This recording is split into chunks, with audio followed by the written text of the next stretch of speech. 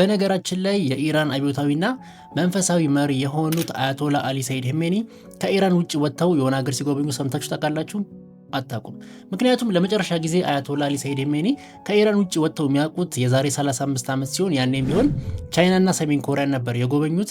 በ1989 በግንቦት ወር ቻይናና ሰሜን ኮሪያን የጎበኙትም የኢራን መንፈሳዊና አብዮታዊ መሪ ሆነው ሳይሆን የኢራን ፕሬዚዳንት ስለነበሩ ነው። ያኔ ደግሞ ከ1981 እስከ 1989 ድረስ የኢራን መሪ ስለነበሩ ነው ሀገራቸውን ወክለው ቻይናና ሰሜን ኮሪያን የጎበኙት ማለት ነው።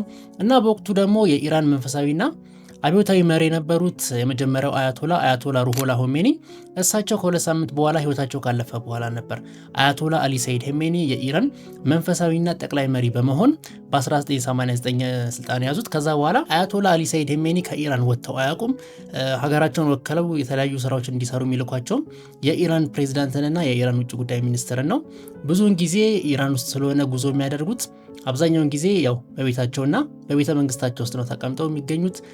በእስራኤል ጦርነት ጊዜም ሆነ በአሜሪካ የቦምብ ድብደባም በተለያዩ ጦርነቶች ጊዜ ሀገራቸውን በተለይ ቴሄራንን ለቀው አይወጡም ማለት ነው።